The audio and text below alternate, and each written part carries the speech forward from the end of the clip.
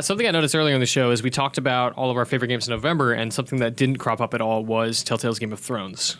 That was not my favorite game. It was absolutely not mine either. Anything.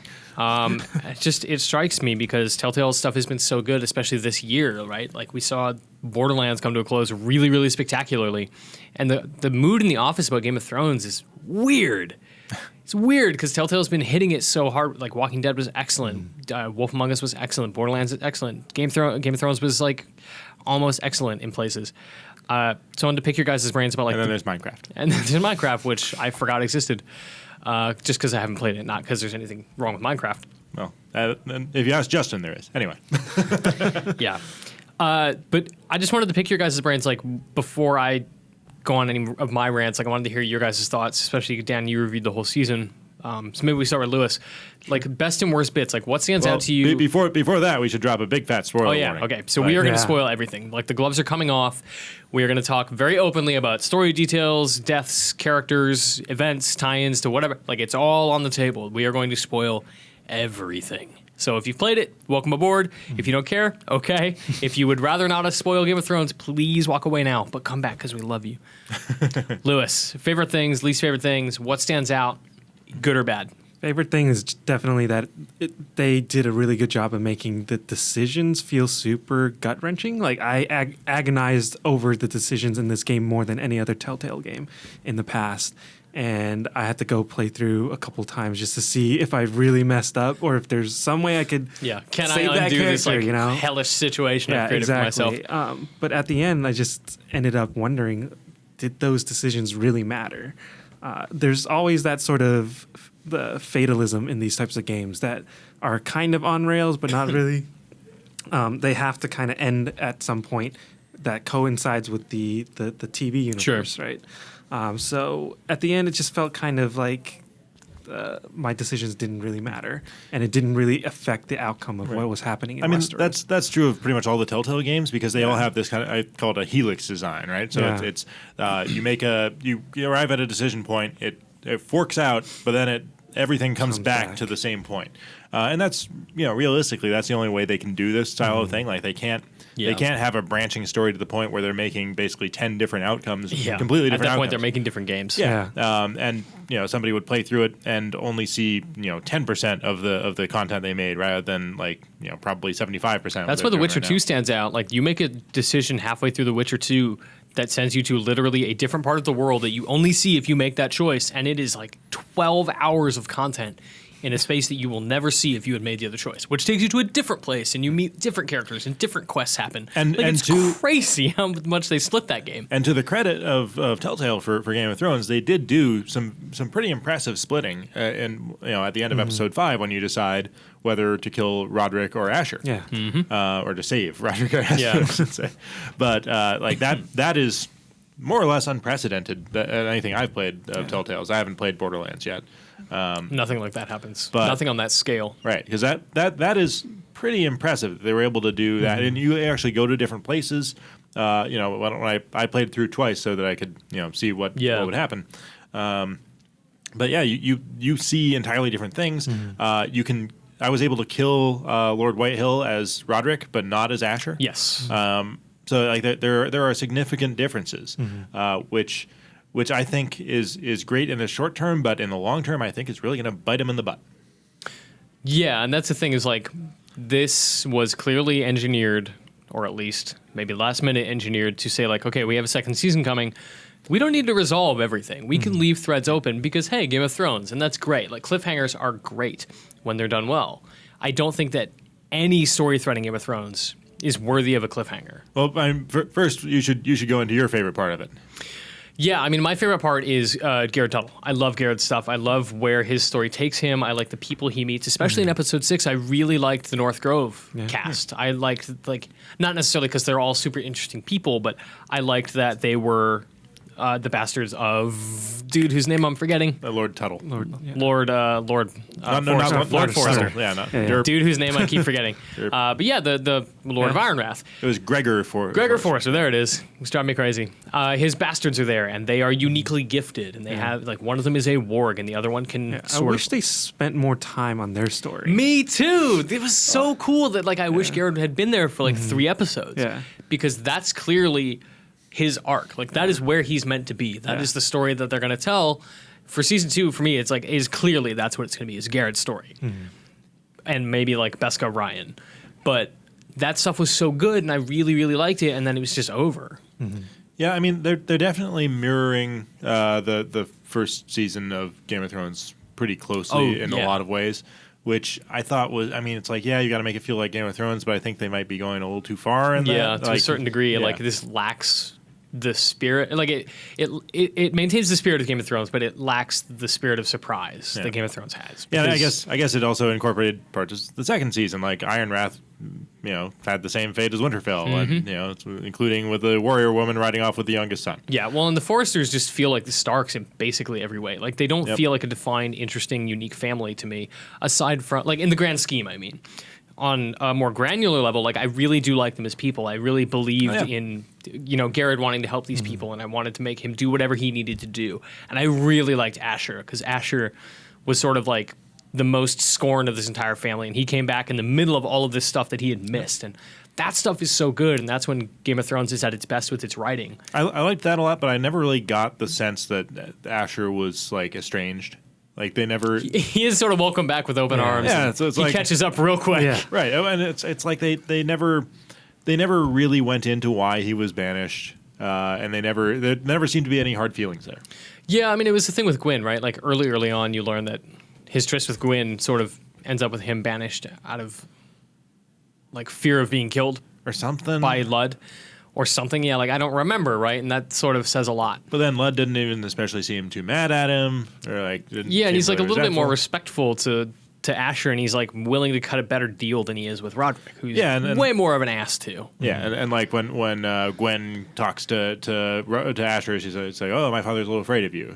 Yeah. So, I liked the characters. I didn't even really like Garrett that much. No. Interesting. He was just a little bit bland. He's very much like the hero's journey character. Like he's the upstart from nowhere who's the good-hearted whatever. Yeah, like I think Mira was probably my favorite character to play as. My least favorite by far.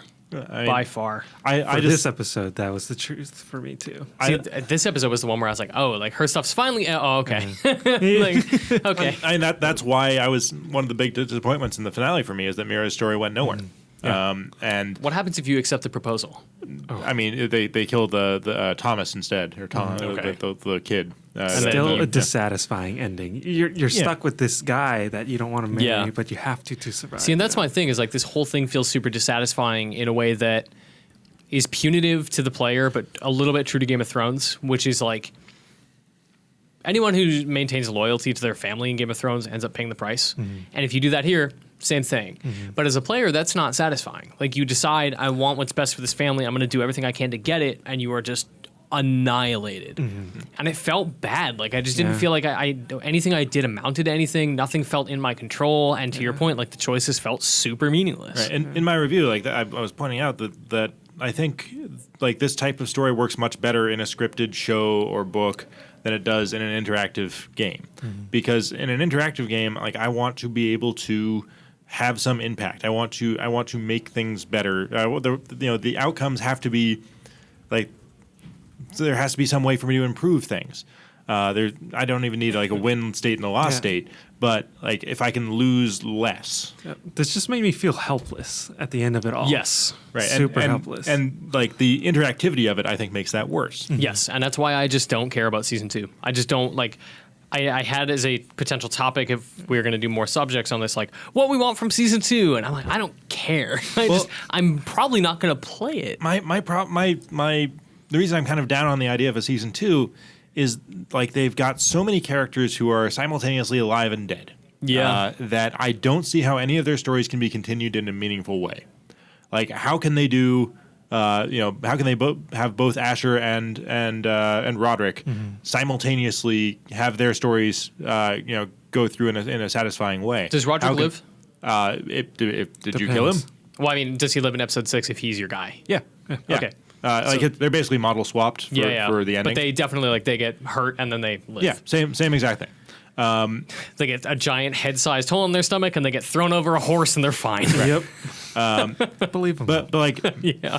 like Mira is either alive or dead. Yeah. So Mira can never do anything meaningful for that story because she might be dead. And she can't do anything in the new story because, I don't know, and this was the problem with Walking Dead Season 2 is anybody from 400 Days, the in-between episode, they were like, this is going to set up Season 2, they were totally inconsequential. Yeah. And how do you have a sequel to the series where the Foresters are inconsequential? Right. And they would basically have to have Beska and Ryan go off to some other house and have an entirely different cast of characters, and you've got Garrett, who is basically independent of everything else now because they're he's doing his own thing geographically removed. Yeah, they don't even know what's going on at Iron Wrath. Well, and even then, you can march south, right? And it's that's confusing too. And that's absolutely going to be stopped. They'll run into something and have to go back. Stannis probably. Right. Yeah. So it's just that story. If the more you know about how these games work, the more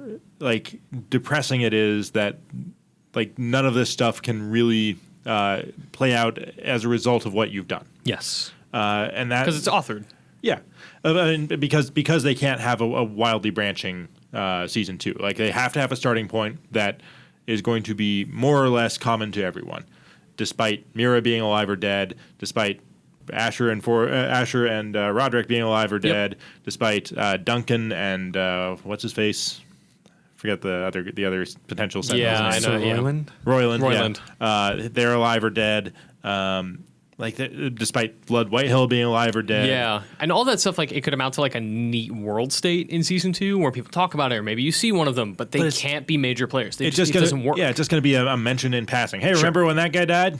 Which is almost pandering and not helpful in terms of an emotional connection to this, which is what they do best. Yep, and I mean they're working on the model of the Game of Thrones show, which is they've done fairly well here, in that they are discarding a bunch of characters, introducing some new ones, and then they'll introduce a bunch of new characters in the next season. Great, but it's just not very satisfying in game form. The trauma of watching somebody's futile quest, or they're watching somebody go down for what they believe is different from having them go down as a result of what I chose, and especially when they go down no matter what I choose.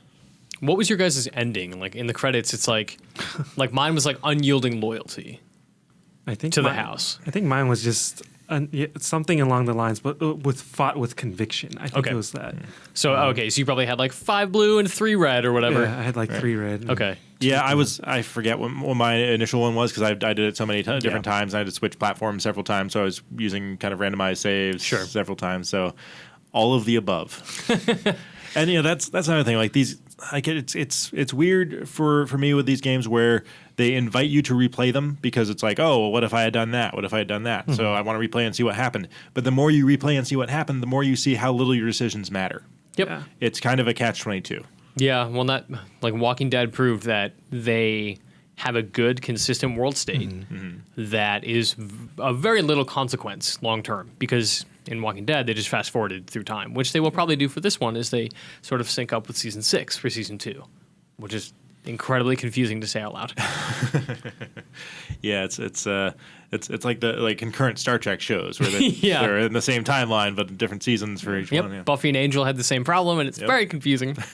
Oh, it's fine. It's Buffy Season 4, it's Angel Season 1, 2. I can't even remember anymore. Yeah, whatever.